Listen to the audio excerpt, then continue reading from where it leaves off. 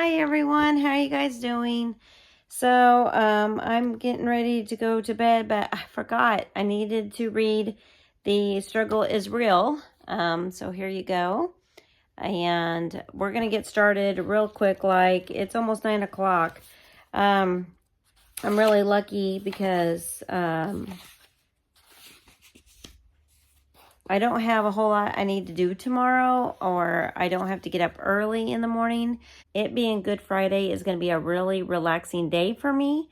And I just didn't want to miss tonight's vlog on spiders, snakes, and monsters. Ooh! I wanted to get this devotional done so we can do tomorrow's devotional also. So let's get started. A strange noise woke me up around 3:15 a.m. Now, usually, this is the time in the morning I would never willingly wake up. I went running into the living room and like confused ninja because I wasn't quite coherent. And because I thought that that's where the sound came from. There was nothing there. So I went into the kitchen and I looked out our kitchen window to find that the sprinklers were on. Nothing out of the ordinary, but I stood there for 10 minutes watching the sprinklers and realized they should have turned off by then.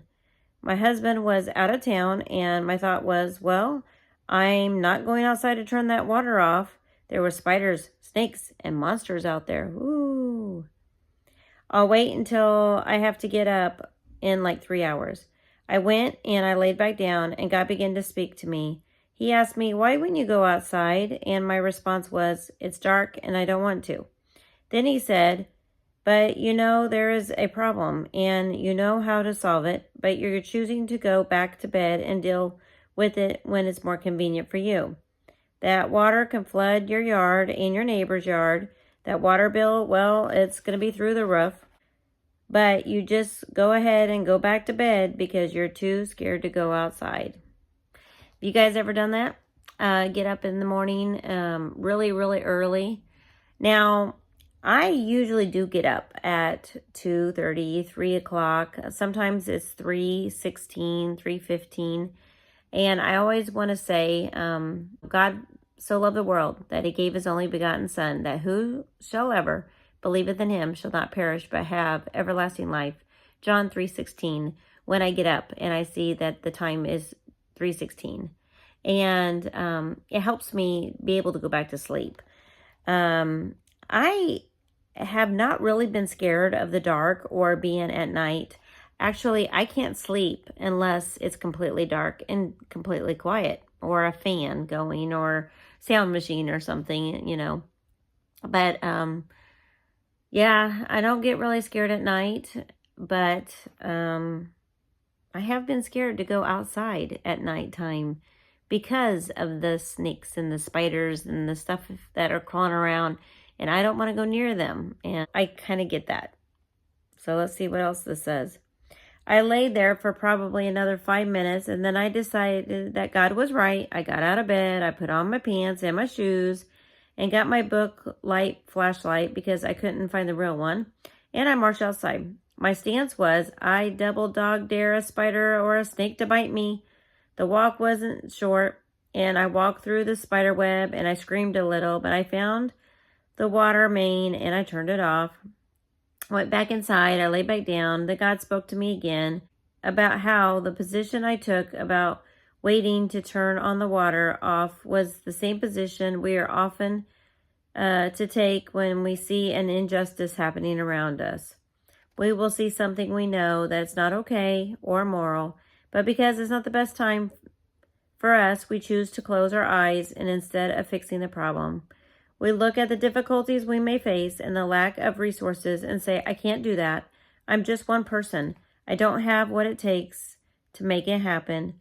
And then we leave the problem for someone else to deal with, or we wait until all of the circumstances are bright and sunny before we act.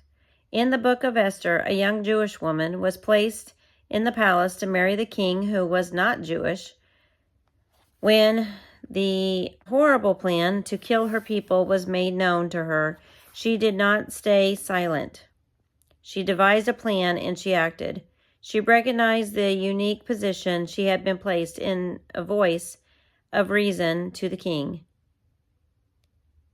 to rescue her people, and she didn't remain silent because of her boldness and her fearlessness.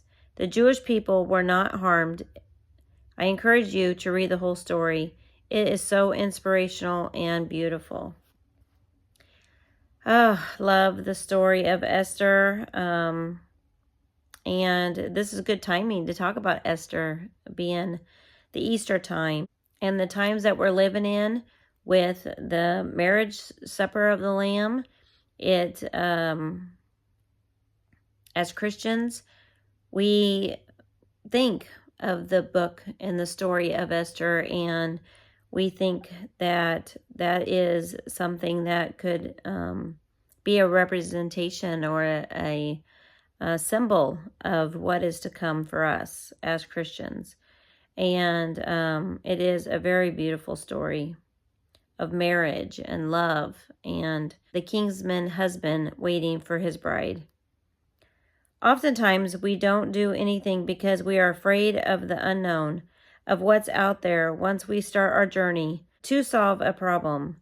Esther could have kept her mouth shut, but she knew that if she refused to act, the Jewish people would die. If we refuse to act, humanity suffers. You may not have the resources. You may not have the connections. You may not even know where to begin, but God does. When we see things around us that are broken, we need to ask God, what can we do to play a part in His being His hands and His feet to solve the problem? He will give you the strategy. He will open the door before you. He will make a way for you to bring heaven to earth in that area. We have all been given authority from God to be the light in the darkness of the world. God has placed you on earth for such a time as this, to bring hope, peace, freedom, comfort, and joy to those around you. He intentionally breaks our hearts for what breaks His, so we will act.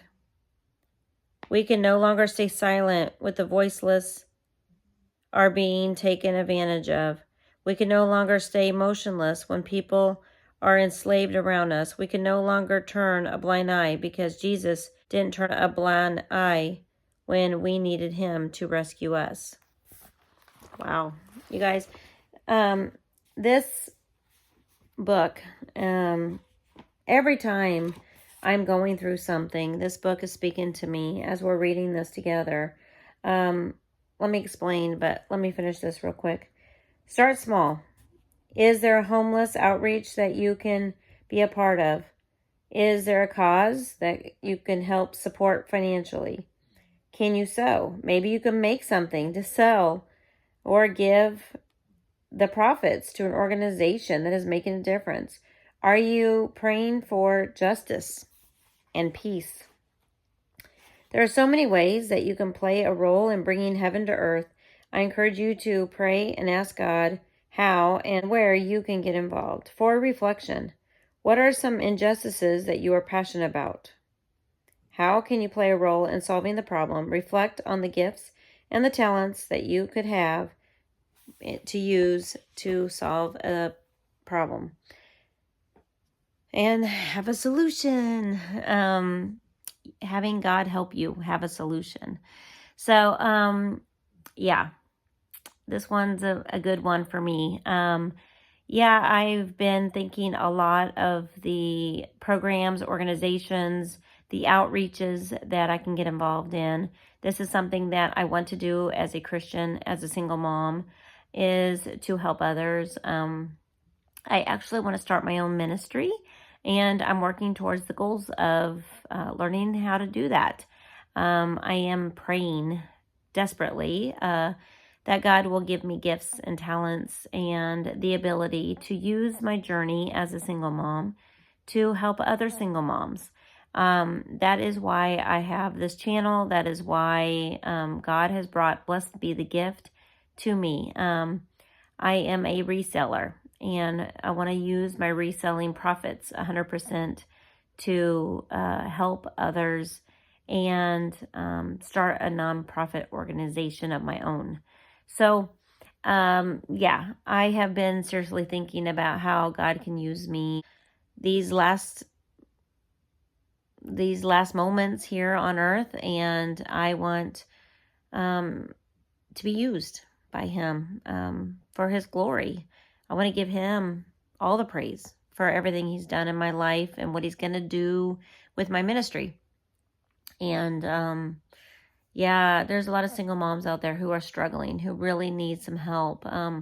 As I've been going through my journey of dealing with my own divorce and dealing with my own financial hardships that my ex-husband left for me, and the abandonment of being alone, I am now wanting to take all of that, give it to God, and move on. I want to start helping those in need, those women who are going through what I went through.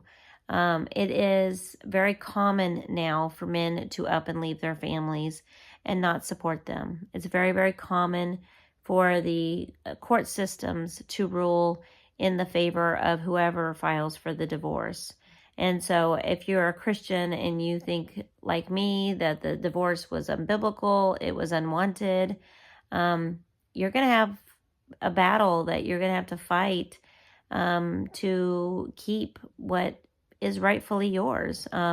Those things, those rights as a parent, money and things that God has given to you as a family, it could be all taken away from you like it was with me because of hatefulness, in a divorce.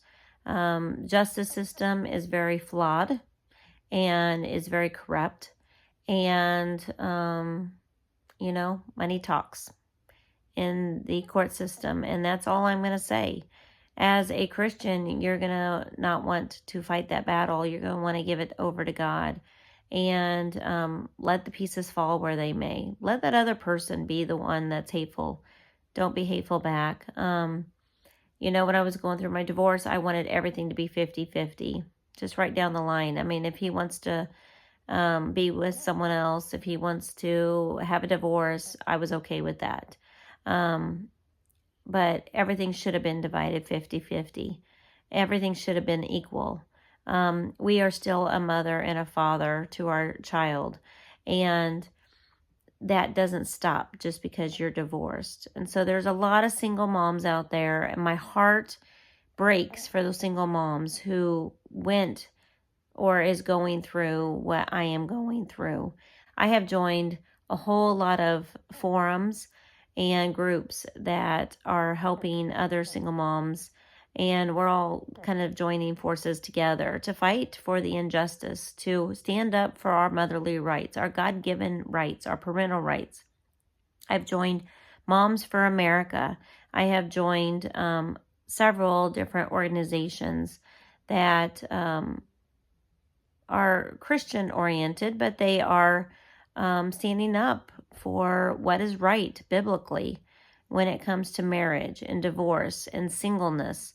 And so those are the things that I am really, trying to focus on as I'm kind of taking some time off of my reselling. I've been taking time off as I am making some changes in my life. I had weight loss surgery.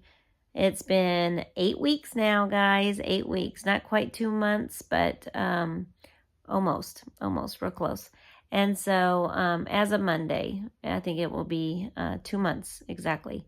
So I'm taking the time that I've had to heal for my weight loss surgery, and we are just planning for the things that are going to happen soon. God is going to use me. I just know it. And I'm really excited, but I am scared. I feel like there are spiders and snakes and a lot of evil people out there, but God says, don't be afraid, for he is always with us. He will never leave us or forsake us, and he will always provide. And I'm going to put all my faith in Jesus Christ, and that he's going to get me through. He's going to help me financially. He's going to help me figure out how to help other single moms and help myself at the same time, because I'm still struggling, guys. I'm not making any money. I'm in debt a lot right now. And I just think it's a really good time for me to just say, okay, God, I'm yours. I surrender all to you, and depend on him to get you through. And I think that's why we go through what we go through, is so we can get to that point of not being afraid. So we can get to that point of putting all of our faith in Jesus Christ. And so if you are wondering why God is calling you to do something, then maybe it's just so you can grow. Maybe it is just so he can use you for the purpose that he has for you. And maybe it's just for your own self-worth and your own belief in yourself that you can do this. You are not worthless because you're a single mom. You are not worthless because you have been abandoned by someone who promised to love you. It happens. It happens. And God is right there with you. He's not leaving you. And he is going to give you the talents, give you the gifts, give you the capability. He's going to send those people into your life that are going to lift you up, not tear you down. He's going to send those people in your life who are going to help you as you are starting a new journey. And that's what I have learned over the last couple of months. And he's preparing me for something big. And I'm going to be sharing all that with you guys here very, very soon. So I want to thank you guys for watching. God bless, and I'll see you in tomorrow's vlog. Bye.